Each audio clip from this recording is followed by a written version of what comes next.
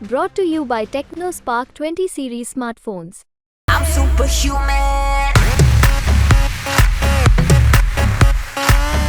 सीवान लोकसभा का चुनाव की वोटिंग की जो प्रक्रिया है वो लगभग संपन्न हो चुकी है, यानी कि 6 बजे वोटिंग की प्रक्रिया बंद हो चुकी है। और आपको बताते चले कि पूरे दिन भर का अगर हम आपको बताएं सीवान लोकसभा क्षेत्र का, तो सुबह से बिहार तक की टीम तमाम सीवान लोकसभा क्षेत्र के अलग अलग बूथों पर पहुंची थी। सीवान लोकसभा क्षेत्र की अगर बात कर लें तो यहाँ कुल 6 विधानसभा सीवान लोकसभा क्षेत्र में आते हैं और महाराजगंज लोकसभा क्षेत्र जो है उसमें सीवान का 2 विधानसभा क्षेत्र आता है। जो आंकड़े हमारे पास 5 बजे तक के निकल करके आए हुए थे उसमें तकरीबन आपको बता दें कि 48% 5 बजे तक पोलिंग हुआ था। सीवान लोकसभा क्षेत्र में वो प्रतिशत रहा, वोटिंग की जो प्रतिशत रहा। और 1 घंटे यानी कि 6 बजे तक जो वोटिंग चली उसमें कुल मिला जुला करके यह कहा जा सकता है कि जो आंकड़े हैं वो लगभग 50% तक हो सकते हैं।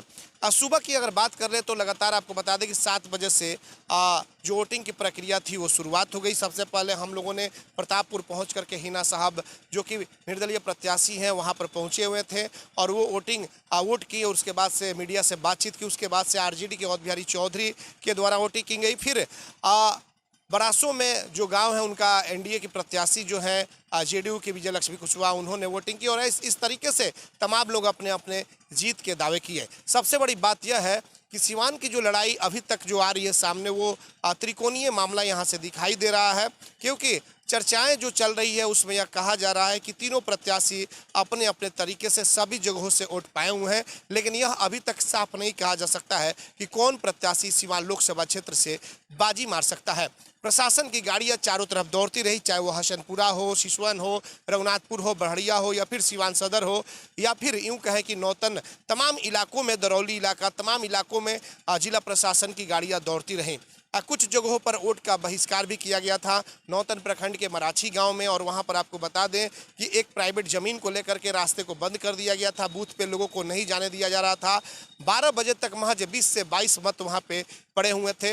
उसके बाद से कुछ प्रशासन के जो अधिकारी हैं वो वहाँ पर पहुँचे और उन्होंने समझाया बुझाया, लेकिन उसके बावजूद भी वहाँ पे जो प्राइवेट ज़मीन के वाले जो लोग हैं उनका कहना था कि मामला अभी कोर्ट में लंबित है, तो इसलिए वो मामला फंसा रहा। तो वहाँ पे वोटिंग जो है जो वोटिंग की जो प्रक्रिया है वो बिल्कुल बहुत कम रही। और उसके बाद से आपको बता दें कि सीवान प्रखंड, सदर प्रखंड का जो बलेथा है, बलेथा में बूथ दूसरे जगह शिफ्ट करने को लेकर के तकरीबन 5 किलोमीटर बूथ चला गया और उसके बाद लोग आक्रोशित हो गए। बलेथा गांव के बिन टोली के रहने वाले जो तकरीबन 700 मतदाता थे वो भी वोट का बहिष्कार किए थे। तो ये तमाम तरह की चीज़ें हैं, दिन भर चलती रही। अफवाहों का बाजार भी कुछ चलता रहा, लेकिन उन तमाम चीज़ों पर जिला प्रशासन ने पूरी तरीके से विराम लगाने का काम किया। सबसे बड़ी बात यह है कि जिस तरीके से चुनाव को लेकर के छपरा में जो माहौल बिगाड़ने का प्रयास किया गया था, और सीवान पड़ोसी जिला है और यहाँ भी छपरा की घटना के बाद से जिला प्रशासन पूरी तरीके से मुस्तैद हो गई थी। खास करके आपको बता दें सीवान के जिलाधिकारी जो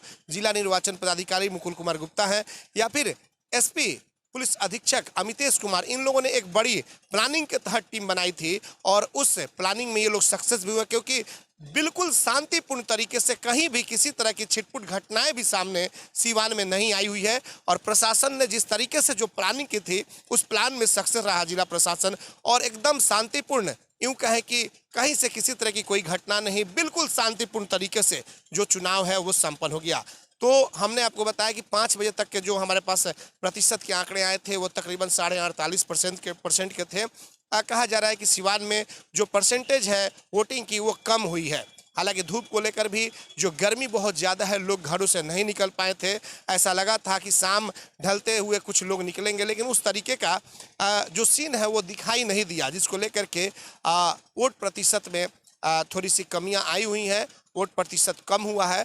और ये माना जा सकता है कि 5 बजे तक अगर 48% का वोट प्रतिशत रहा है तो जाहिर सी बात है कि 6 बजे तक कहीं ना कहीं 50% वोट जो है वो सीवान में लगभग हो चुका है।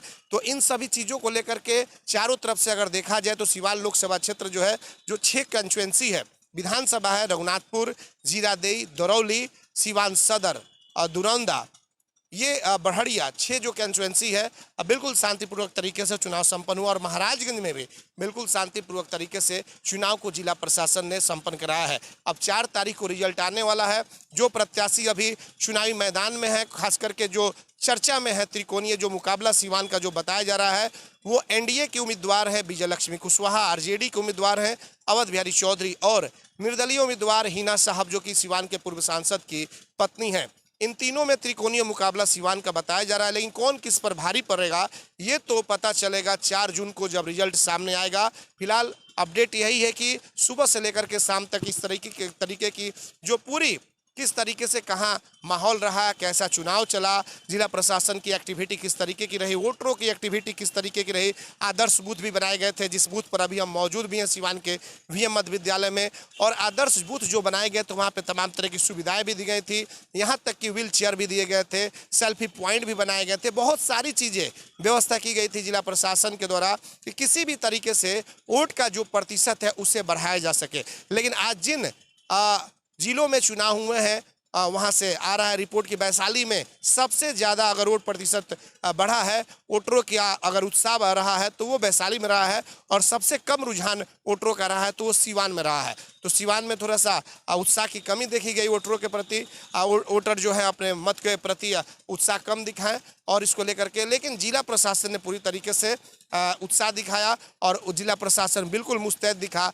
और इसको लेकर के पूरा जो सीवान लोकसभा का जो चुनाव है शांतिपूर्ण तरीके से संपन्न हो गया। हमारे सहयोगी आशीष कुमार के साथ चंदन कुमार, बिहार तक सीवान।